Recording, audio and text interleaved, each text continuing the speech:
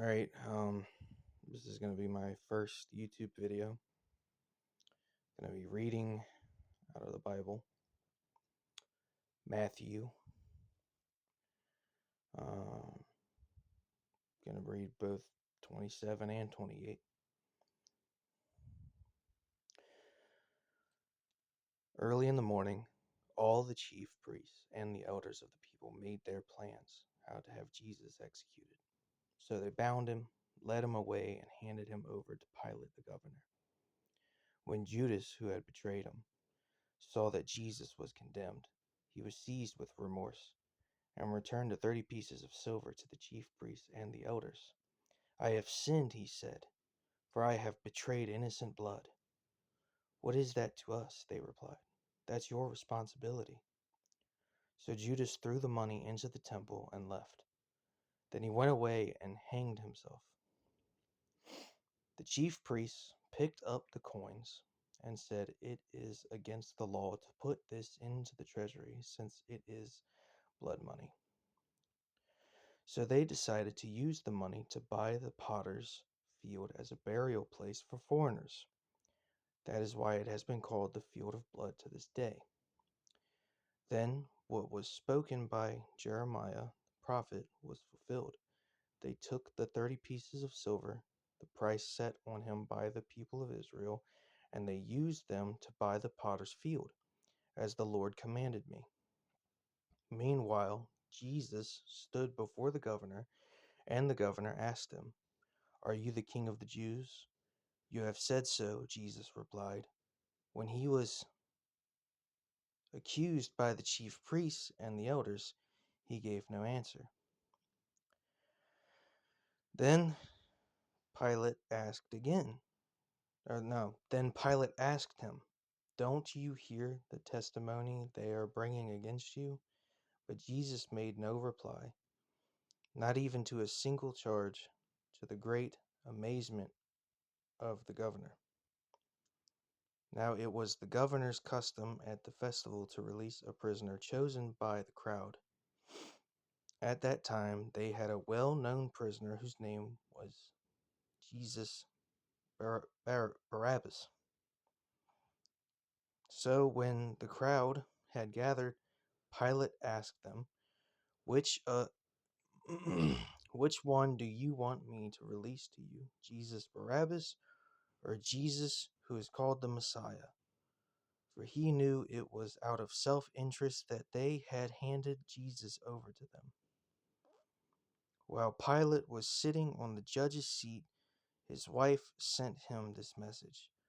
Don't have anything to do with that innocent man, for I have suffered a great deal today in a dream because of him. But the chief priests and the elders persuaded the crowd to ask for Barabbas and to have Jesus executed. Which of the two do you want me to release to you? Asked the governor. Barabbas, they answered. What shall I do then with Jesus who is called the Messiah? Pilate asked. They all answered, Crucify him. Why? What crime has he committed? Asked Pilate. But they shouted all the louder, Crucify him. When Pilate saw that he was getting nowhere, but that instead an uproar was starting, he took water and washed his hands in front of the crowd. I am innocent of this man's blood, he said. It is your responsibility. All the people answered, His blood is on us and on our children. Then he released Barabbas to them, but he had Jesus flogged and handed him over to be crucified. Then the governor's soldiers took Jesus into the praetorium and gathered the whole company of soldiers around him. They stripped him and put scarlet robe on him, and then twisted together a crown of thorns and set it on his head. They put a staff in his right hand. Then they knelt in front of him and mocked him. Hail, King of the Jews, they said. They spit on him and took the staff and struck him on the head again and again. After they had mocked him, they took off the robe and put his own clothes on. Then they led him away to crucify him. As they were going out, they met a man from Cyrene, Cyrene, I think that's how it's said, named Simon, and they forced him to carry the cross. They came to a place called Golgotha, which means the place of the skull. There they offered Jesus wine to drink, mixed with gall, but after tasting it, he refused to drink it. They had crucified him. When they had crucified him, they divided up his clothes by casting lots, and sitting down, they kept watching. They kept watch over him there. Above his head they placed the written charge against him. This is Jesus, the King of the Jews. 2 rebels were crucified with him, one on his right and one on his left. Those who passed by hurled insults at him, shaking their heads and saying, "You who are going to destroy the temple and build it in 3 days, save yourself. Come down from the cross if you are the Son of God." In the same way, the chief priests, the teachers of the law, and the elders mocked him. "He saved others," they said, "but he can't save himself. He's the King of Israel. Let him come down now from the cross, and we will believe in him. He trusts in God. Let God rescue him now if he wants him. For he said, 'I am the Son of God.'" In the same way, the rebels who were crucified with him also heaped insults on him. From noon until 3 in the afternoon, darkness came over all the land. About 3 in the afternoon, Jesus cried out in a loud voice, "Eli, Eli, lema I cannot pronounce Sabak. I can't pronounce that. But that base it says, which means, my God, why have you forsaken me?"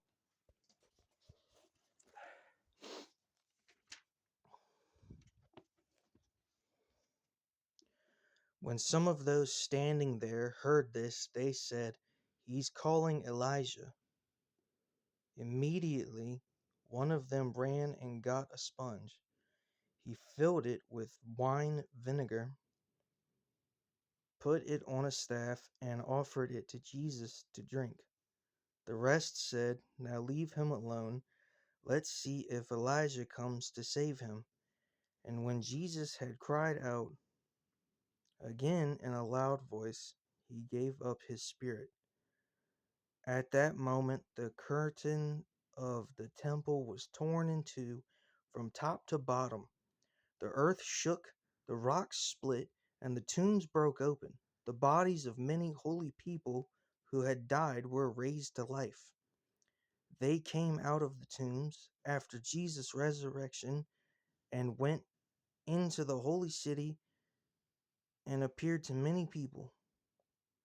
When the centurion and those with him who were guarding Jesus saw the earthquake and all that had happened, they were terrified and exclaimed, "Surely he was the Son of God."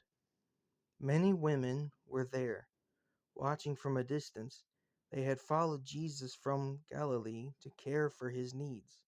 Among them were Mary Magdalene, Mary the mother of James and Joseph, and the mother of Zebedee's sons. As evening approached, there came a rich man from Arimathea named Joseph, who had himself become a disciple of Jesus. Going to Pilate, he asked for Jesus' body, and Pilate ordered that it be given to him. Joseph took the body, wrapped it in a clean linen cloth, and placed it in his own new tomb that he had cut out of the rock. He rolled a big stone in front of the entrance to the tomb and went away. Mary Magdalene and the other Mary were sitting there opposite the tomb. The next day, the one after Preparation Day, the chief priests and the Pharisees went to Pilate. "Sir," they said, "we remember that while he was still alive, that deceiver said, "After 3 days I will rise again." So give the order for the tomb to be made secure until the third day. Otherwise, his disciples may come and steal the body and tell the people that he has been raised from the dead. This last deception will be worse than the first. Take a guard, Pilate answered. Go make the tomb as secure as you know how. So they went and made the tomb secure by putting a seal on the stone and posting the guard. After the Sabbath, at dawn,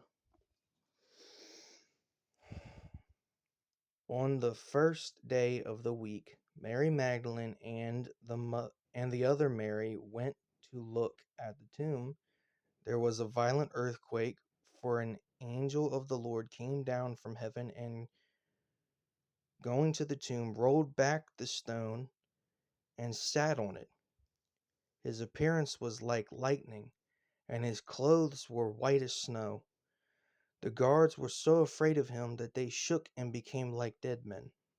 The angel said to the women, "Do not be afraid, for I know that you are looking for Jesus who was crucified. He is not here, he has risen, just as he said. Come and see the place where he lay, then go quickly and tell his disciples, he has risen from the dead and is going ahead of you into Galilee. There you will see him. Now I have told you." So the women hurried away from the tomb, afraid yet filled with joy, and ran to tell his disciples. Suddenly Jesus met them. "Greetings," he said. They came to him, clasped his feet, and worshipped him. Then Jesus said to them, "Do not be afraid. Go and tell my brothers to go to Galilee. There they will see me."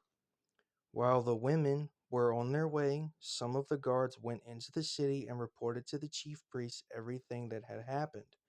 When the chief priests had met with the elders and devised a plan, they gave the soldiers a large sum of money, telling them, "You are to say his disciples came during the night and stole him away while we were asleep.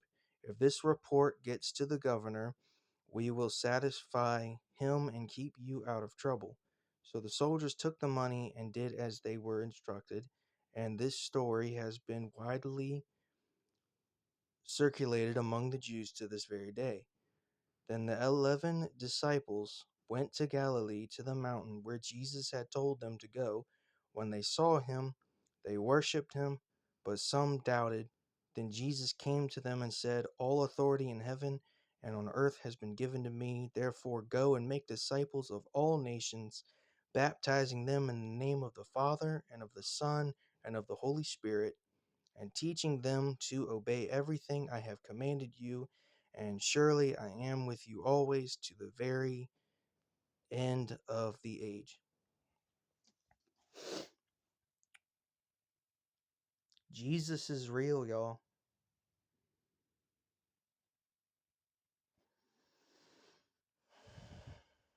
This is history. This is Jesus. Jesus is alive. He came back to life. Believe in him. Come to him. Pray to him. Jesus is real. God is real.